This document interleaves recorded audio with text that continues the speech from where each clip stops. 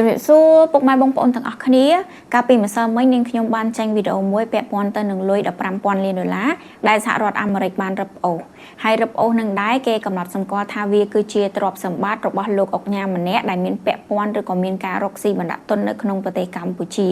នៅក្នុងវីដេអូនេះដូចគ្នានាងខ្ញុំចង់និយាយពាក់ព័ន្ធទៅនឹងបញ្ហា online scam ដែលគ្រប់ប្រទេសទាំងអស់កំពុងតែកំណត់សម្គាល់ឬក៏ដាក់បន្ទុកមកលើប្រទេសកម្ពុជាយើងជាខ្លាំងហើយលុយ$15,000 លានហ្នឹងវាក៏ជាផ្នែកមួយបន្ថែមនៃការដាក់បន្ទុកហើយធ្វើឲ្យយើងកាន់តែមានសម្ពាធដែរប៉ុន្តែម្សិលមិញនាងខ្ញុំបាននិយាយពាក់ព័ន្ធទៅនឹងព័ត៌មាន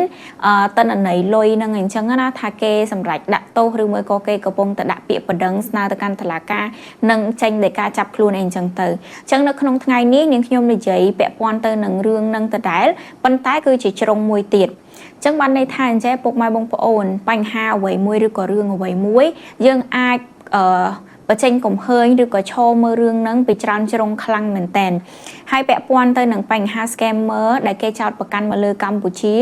យើងប្រកាសណាគឺយើងអត់អាចបកែក 100% ថាយើងស្អាតស្អំទេគឺយើងអត់អាចបញ្ជាក់ថាយើងស្អាតស្អំ 100% ទេនិយាយទៅអត់មានប្រទេសណានៅលើពិភពលោកហ្នឹងស្អាតស្អំ 100% ទេទោះបីអាមេរិកខ្លួនឯងផ្ទាល់កូរ៉េខាងត្បូងជប៉ុនអីក៏ដោយគឺតែងតែមានដែរអញ្ចឹងប្រទេសកម្ពុជាយើងដូចគ្នាយើងអត់អាចបកកែកថាយើងស្អាតស្អំ 100% ទេ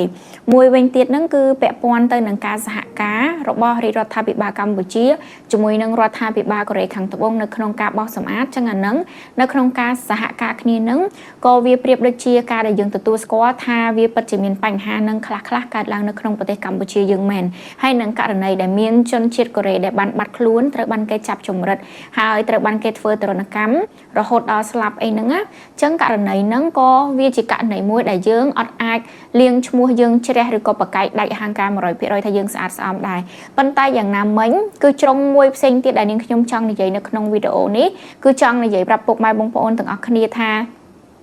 ទោះបីជាយើងមិនស្អាតស្អំ 100% ហើយប្រកាសណាក្នុងនាមយើងជាមនុស្សដែលមានទំនួលខុសត្រូវជាប្រទេសតែម្ដងយើងបង្ហាញពីភាពមានទំនួលខុសត្រូវរបស់យើងអត់អាចនិយាយដាច់អហង្ការ 100% ថាយើងស្អាតស្អំទេគឺយើងពិតជាមានកំហុសខ្លះមែននៅក្នុងរឿងឬក៏បញ្ហាដែលកំពុងតែកើតឡើងនៅក្នុងបទអក្រិតទាំងអស់ហ្នឹងប៉ុន្តែកំហុសរបស់យើងមិនមែនរឿងធំប៉ុនមហាមេឃហ្នឹងគឺកម្ពុជាយើងទទួលម្នាក់ឯងទេ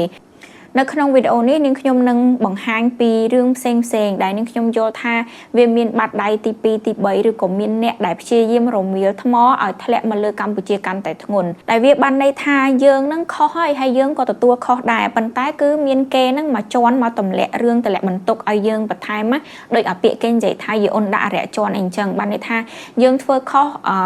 ហើយប៉ុន្តែយើងខុសពាក់កណ្ដាលចឹងទៅហើយគេថែមពាក់កណ្ដាលឬក៏លើសពីពាក់កណ្ដាលនឹងទៀតដើម្បីឲ្យកំហុសរបស់យើងនឹងកាន់តែធ្ងន់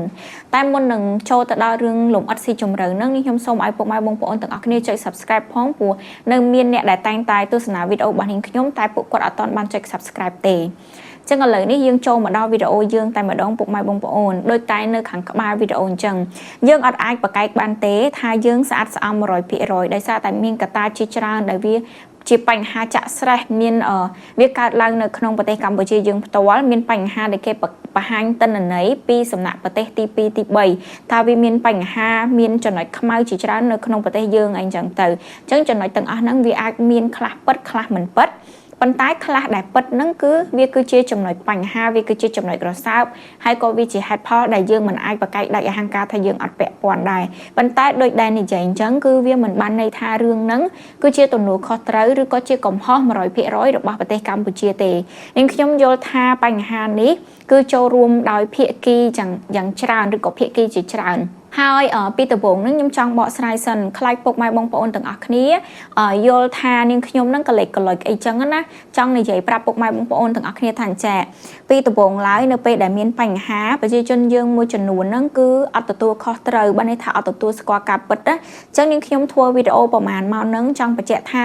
យើងគឺពិតជាមានចំណែកខុសមែនហើយក្នុងនាមជាមនុស្សដែលយើងចង់ទទួលបានភាពស្អាតស្អំចង់ឲ្យប្រទេសយើងរីកចម្រើនទៅមុខតើតែយើងទទួលអាការដែលយើងធ្វើខុសនឹងសិនទទួលរកចំណុចខ្សោយចំណុចខ្វះខាតឬក៏កំហុសដែលយើងបានសាងមកសិនណា ហើយតបមកបានយើងអាចកែប្រែឬក៏កែសម្រួលវាឲ្យវាកាន់តែល្អប៉ុន្តែនៅក្នុងវីដេអូនេះដោយសារតែយើងទាំងអស់គ្នាបានទទួលស្គាល់ទៅហើយថារឿងហ្នឹងគឺវាពិតជាបានកើតឡើងមែនយើងពិតជាបានប្រព្រឹត្តនៅកំហុសខ្លះឬក៏អនុញ្ញាតឲ្យមានកំហុសខ្លះមែនប៉ុន្តែក្នុងហ្នឹងឥឡូវនេះគឺខ្ញុំចង់បន្ថែមពីកំហុសផ្សេងទៀតដែលចង់និយាយថា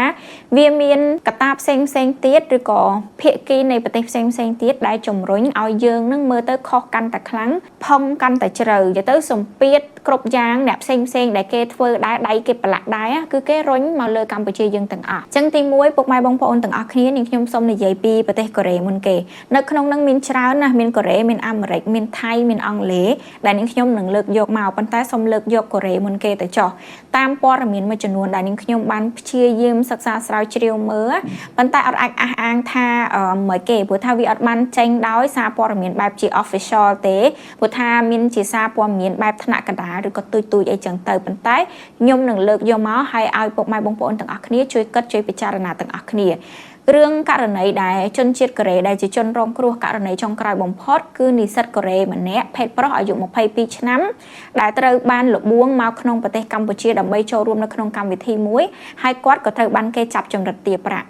ពុកម៉ែបងប្អូនទាំងអស់គ្នាករណីដែលឆោបោកតាមរយៈប្រព័ន្ធអនឡាញណាគឺមានច្រើនមែនតើទី1អាចបោកម្នាក់នឹងហើយបង្ខិតបង្ខំឲ្យទៅធ្វើការឲ្យគេប៉ុន្តែករណីនេះគឺជាករណីចាប់ចម្រិតអញ្ចឹងករណីចាប់ចម្រិតនេះវាបានន័យថា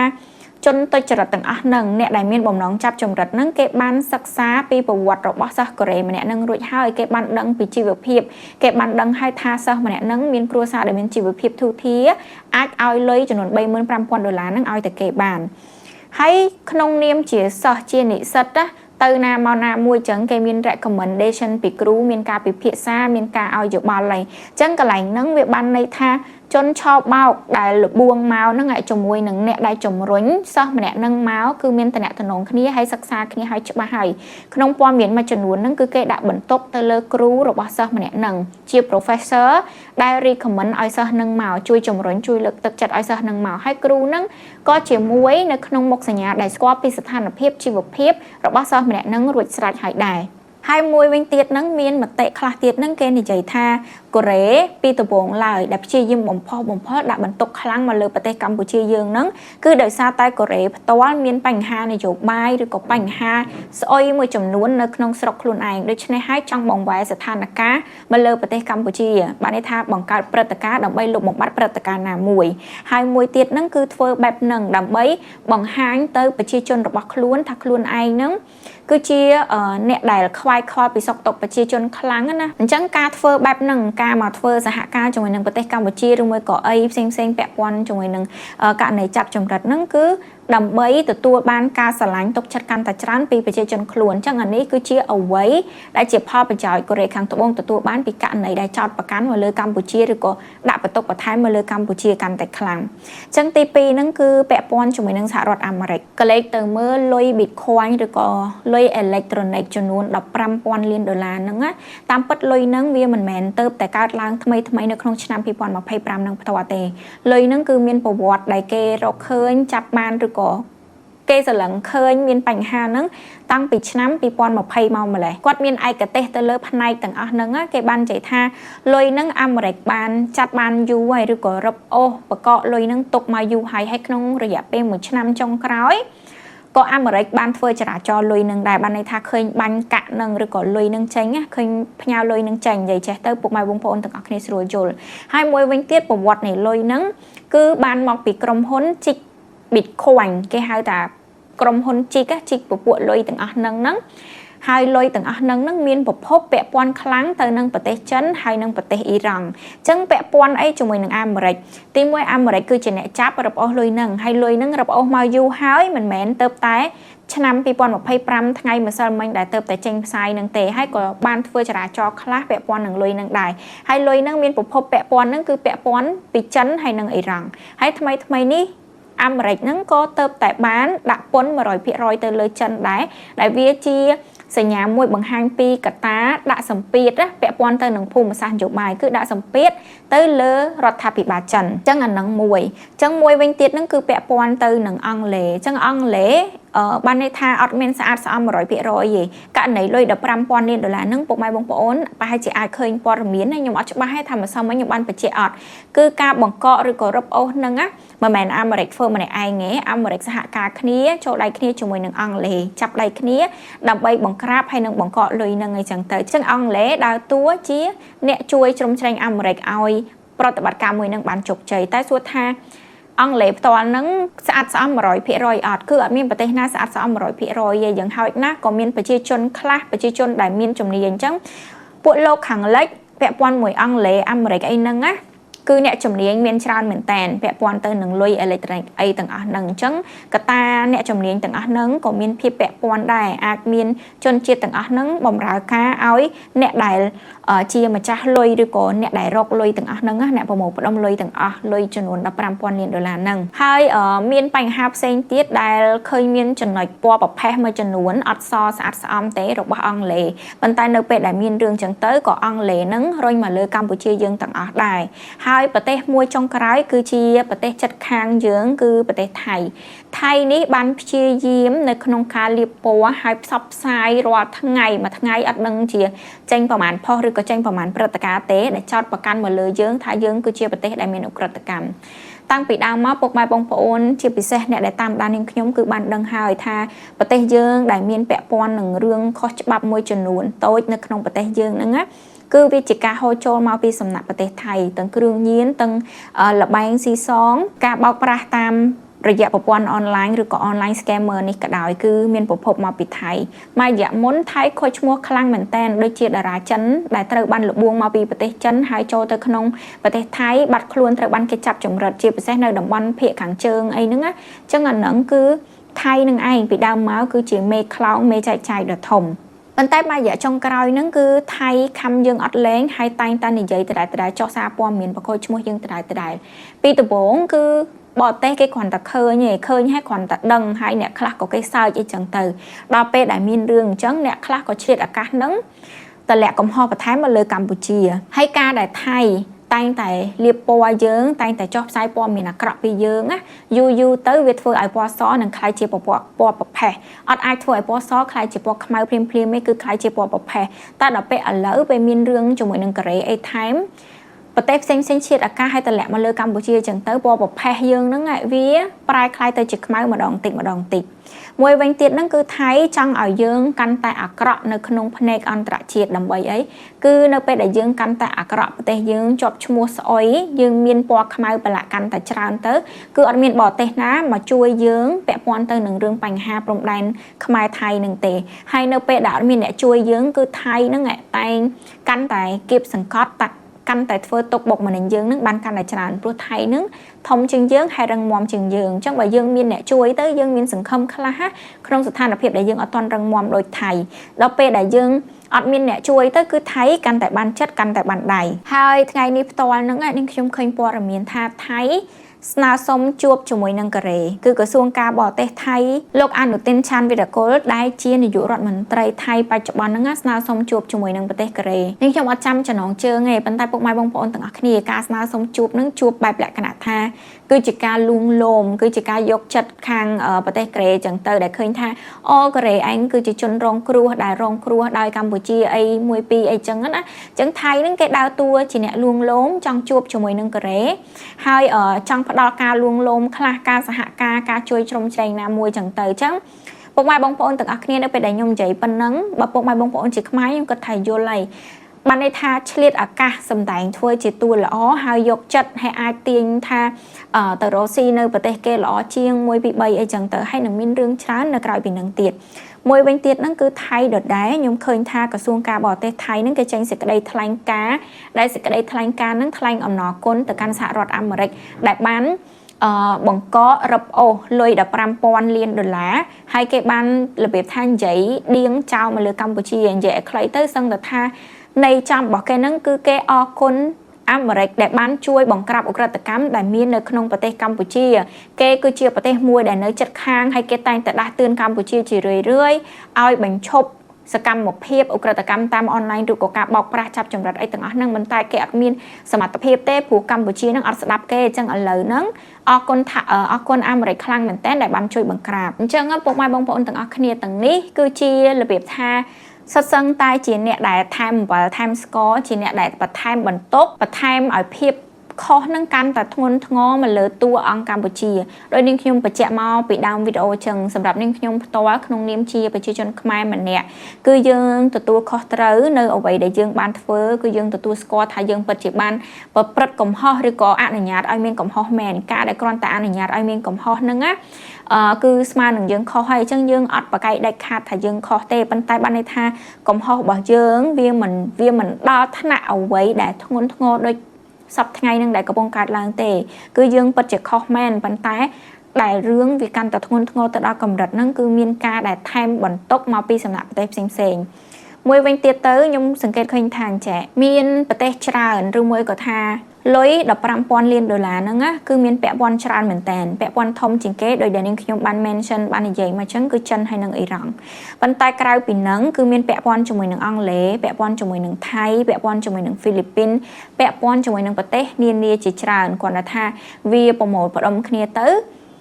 នៅមួយកន្លែងហើយម្ចាស់លុយហ្នឹងគឺជាអុកញ៉ា Gen Z ដែលនាងខ្ញុំបាននិយាយពីម្សិលមិញតែសួរថាអុកញ៉ាហ្នឹងគាត់មានពាក់ព័ន្ធមួយប្រទេសណាខ្លះគឺគាត់មានពាក់ព័ន្ធជាមួយនឹងប្រទេសនានាដែលនាងខ្ញុំបានរៀបរាប់ហ្នឹងថៃក៏ពាក់ព័ន្ធ